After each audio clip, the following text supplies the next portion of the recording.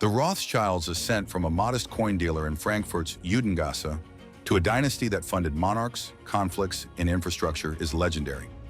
Mythmakers claim that their wealth now exceeds $500 billion, if not $1 trillion. However, is it really riches or just a myth based on secrecy? This movie will explain how Mayer Amschel Rothschild established a multinational financial empire, how his descendants expanded it via information networks and warfare, and why current estimates vary widely. If you want the truth, no conspiracies, just history, stick around. First, Mayer Amschel Rothschild is the originator. What part did royal patronage play in the ascent of a coin dealer from Frankfurt's Judengasse, who went on to establish a worldwide banking empire? Born in Frankfurt in 1743 or 1744, Mayer Amschel Rothschild came from a Jewish family residing in the Judengasse, a walled ghetto in the Holy Roman Empire.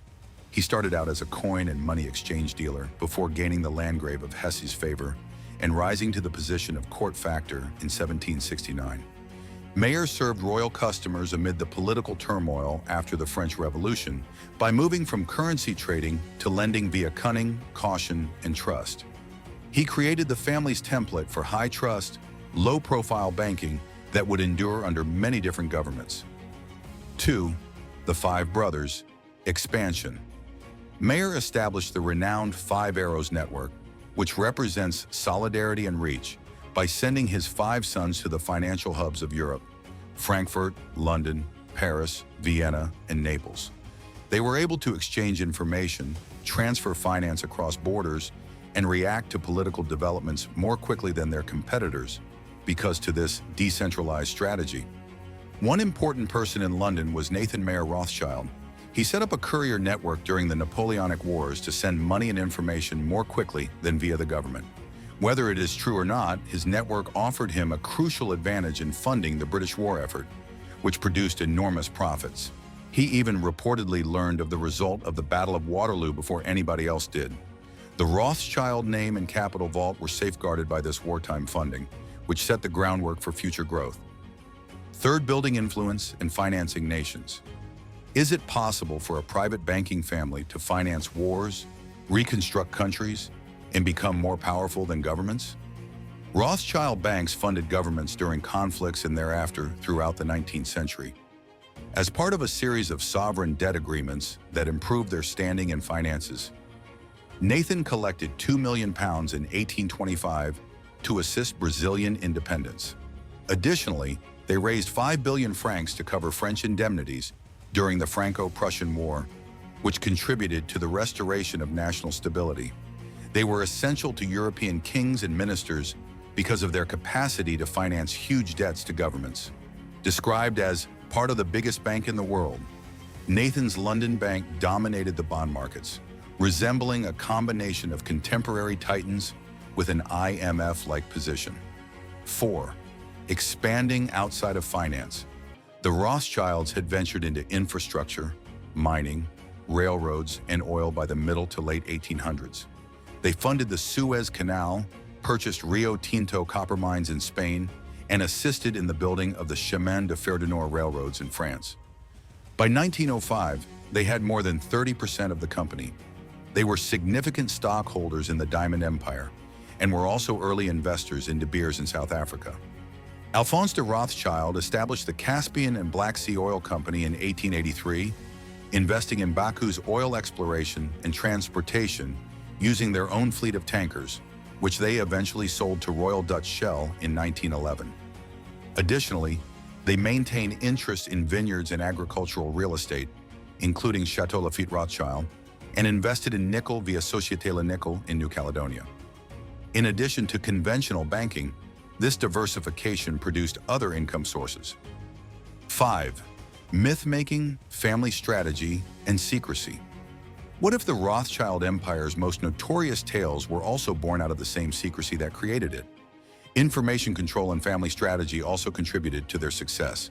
Mayer placed a high priority on confidentiality and information collection, using sources all throughout Europe to foresee changes in the market and political unrest. In order to maintain wealth consolidation among lineages, he also urged relatives to be married. But myths were also fueled by this concealment. Strong secrecy shielded them, but it also gave rise to conspiracy beliefs about unending riches and covert worldwide control, which persists to this day. 6. Current estimates. What is the source of the $500 billion estimate? Current estimates differ. Though estimates are hypothetical given private interests and decades of separation among relatives, some sources place their aggregate net worth between $350 billion and $400 billion.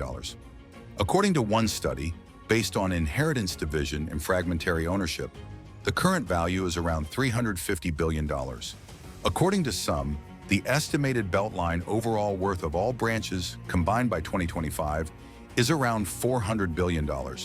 Exaggerations, conspiracy theories, and a misinterpretation of historical riches in terms of the 19th century are the causes of sensational estimates of $500 billion or more. Some fringe theories even claim net worths of $1 trillion or more. However, they are often based on unsubstantiated hidden assets and lack clear statistics. In actuality, wealth has not been consolidated, but rather distributed across hundreds of descendants across branches. The wealthiest individual, Rothschild, in recent decades was Baron Benjamin de Rothschild, valued roughly $1.1 billion until his death in 2021. Not even near billionaire by heritage status. 7. The dynasty today. Following the 1981 Mitterrand nationalization of Banque Rothschild in France, David de Rothschild's Rothschild branch rebuilt the company and started new investment operations, which eventually led to the creation of Rothschild & Company today. After taking over as CEO in 2018, Alexander de Rothschild led the company in advising, wealth management, and private equity channels while facilitating collaboration between the French and Swiss divisions. Although they are not often in the news, modern family members continue to have interests in charities, energy, wines, including Chateau Lafite, real estate, and banking. 8. Legacy. Was the Rothschild legacy their money, or the revolution they provoked in global finance? The Rothschilds' true legacy lies not in a certain figure, but rather in the way they influenced contemporary finance. Pioneers of bond syndicates, courier services, and cross-border finance. Railroads, mining, and international infrastructure are examples of industrial globalization catalysts. Designers of resilient, decentralized family financial systems. Modern reality is much more fragmented and opaque, even if the legendary 500 billion Rothschild fortune has a nucleus in their extraordinary riches from the 19th century.